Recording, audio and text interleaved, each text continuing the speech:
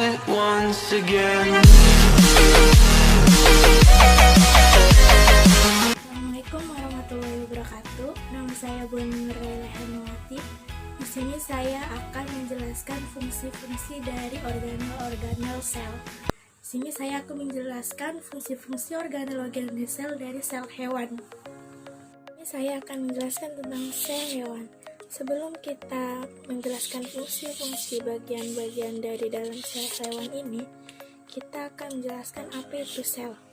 Sel itu unit struktural dan fungsional terkecil penyusun makhluk hidup. Bagian dari struktural sel itu ada membran sel, ada sitoplasma, ini sitoplasma, terus ada organel-organel penyusun sel pada hewan tersebut.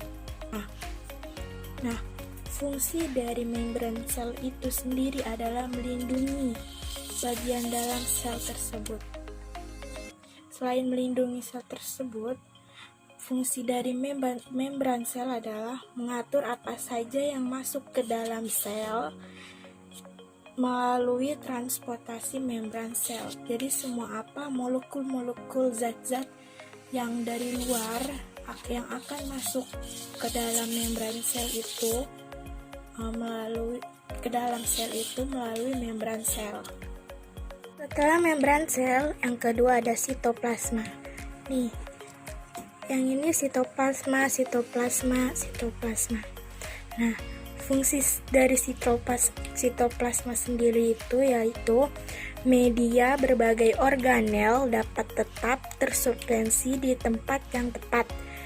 Yang kedua itu ada mengandung berbagai enzim yang membantu mencerna mikromolekul sehingga dapat digunakan oleh berbagai organel.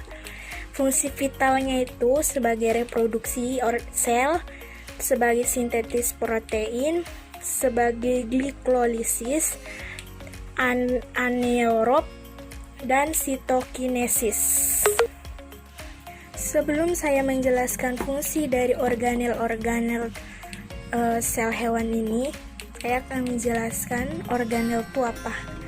Organel sel itu bagian yang memiliki struktur dan fungsi khusus yang tersubstansi di dalam sitoplasma. Di dalam sitoplasma. Nah, yang pertama saya akan menjelaskan nukleus atau inti. Nah, nukleus itu selain ini dia mempunyai membran inti. Ini membran inti nukleus. Terus di bagian pinggiran sini itu ada pori inti. Nah, nukleus sendiri memiliki fungsi itu mengatur seluruh kegiatan sel. Selain fungsi itu, dia juga mempunyai fungsi lain seperti menyimpan materi genetik seperti DNA, menyimpan protein dan RNA di dalam nukleolus nih di sini.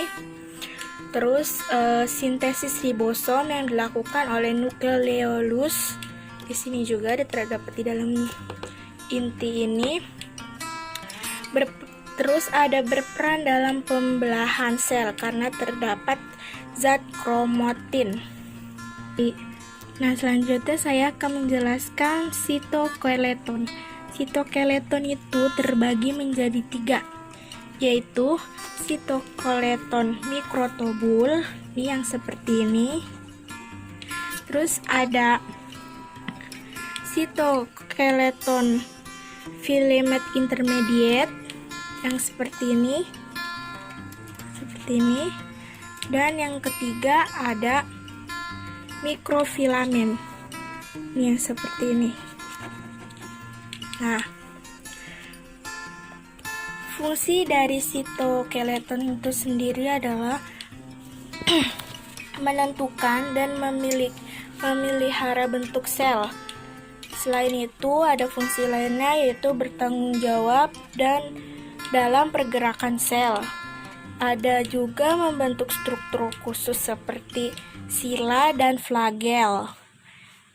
Terus ada juga berperan dalam pembelahan sel. Nah, setelah sitoskeleton, kita yang ketiga akan membahas tentang retikulum endoplasma atau yang disebut dengan RE. RE atau retikulum endoplasma itu terbagi menjadi dua. Ada RE kasar seperti yang ini, dan ada RE halus. Masing-masing RE mempunyai fungsi tersendiri.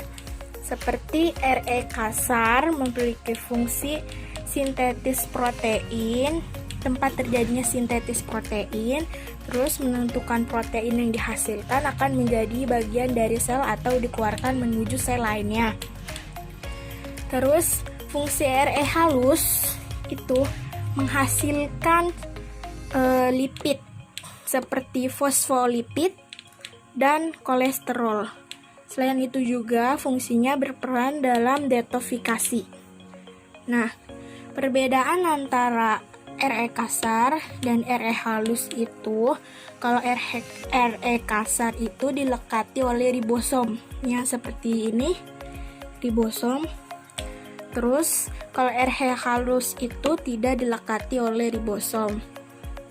Nah, kalau RE kasar, perbedaan yang kedua itu, dia lipatan membrannya yang membentuk kantong. Kalau RE halus itu membentuknya tubulus. Nah, yang ketiga, saya akan menjelaskan ribosom. Ribosom itu dibagi menjadi dua. Ada ribosom bebas yang di luar seperti ini dan seperti ini. Dan ada ribosom terikat. Nah, kalau ribosom bebas itu ribosom yang tersubstansi di sitosol. Ini ribosom bebas. Ribosom bebas. Kalau ribosom terikat itu ribosom yang terikat atau menempel pada bagian permukaan luar RE dan membran inti. Jadi di membran inti pun ada ribosom. Di bagian pinggir-pinggir sini ada ribosom atau di inti dalam sini. Nah, fungsi dari ribosom sendiri yaitu untuk sintetis protein. Nah, yang ketiga saya akan menjelaskan badan Golgi. Bisa lihat nih badan Golgi. Fungsi dari badan Golgi itu tempat modifikasi protein. Selain tempat modifikasi protein, fungsi dari badan Golgi sendiri itu pertama ada modifikasi glikoprotein dan fosfolipid. Nah, yang kedua ada sintetis banyak polisakarida. Nah, yang ketiga melakukan penyortiran dari produk yang yang dihasilkan di badan Golgi untuk selanjutnya dikirim melalui fasikula. Fasikula tersebut sendiri artinya kantong yang terbuat dari membran. Fasikula transport mengirim material dari satu bagian sel ke bagian sel lainnya. Jadi keluar sel dia ke sel berikutnya. Selanjutnya saya akan menjelaskan lisosom. Lisosom sebagai berikut. Ini lisosom. Nih lisosom. Nih lisosom. Nah, lisosom itu fungsi dari lisosom untuk mencerna intraseluler. Selain fungsi dari untuk mencerna intraseluler, fungsi dari lisosom sendiri itu sebagai autofag atau proses intraseluler di mana sel mendegrasi dan mendaur ulang komponen sendiri menggunakan lisosom. Terus ada lagi juga fungsinya berperan dalam fotosintesis. Terus ada lagi memperbaiki kerusakan pada membran plasma. dengan menggunakan cairan asam sehmoylenase atau ASM. Selanjutnya kita akan membahas badan mikro. Sebagai berikut badan mikro. Ini badan mikro. Nah, fungsi dari badan mikro sendiri yaitu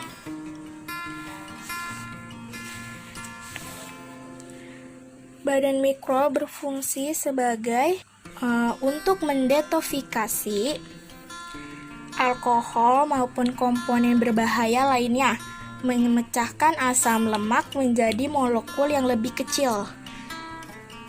Terus kita akan membahas selanjutnya ada mitokondria. Kita akan membahas mitokondria. Ini gambarnya sebagai berikut. Nih mitokondria. Terus ini mitokondria dan ini juga mitokondria. Nah, mitokondria tersebut mempunyai fungsi tempat respirasi seluler untuk menghasilkan ATP. Di sel hewan itu sebenarnya ada yang mempunyai vakuola atau tidak ada yang mempunyai. Tapi saya bikin ada karena di dalam sel itu terutama sel hewan itu vakuola itu sangat kecil. Ini vakuola seperti ini sebagai berikut. Tapi untuk sel tumbuhan vakuolanya itu yang lebih besar daripada nukleus atau inti sel. Nah, fungsi dari vakuola itu tempat akumulasi limbah sisa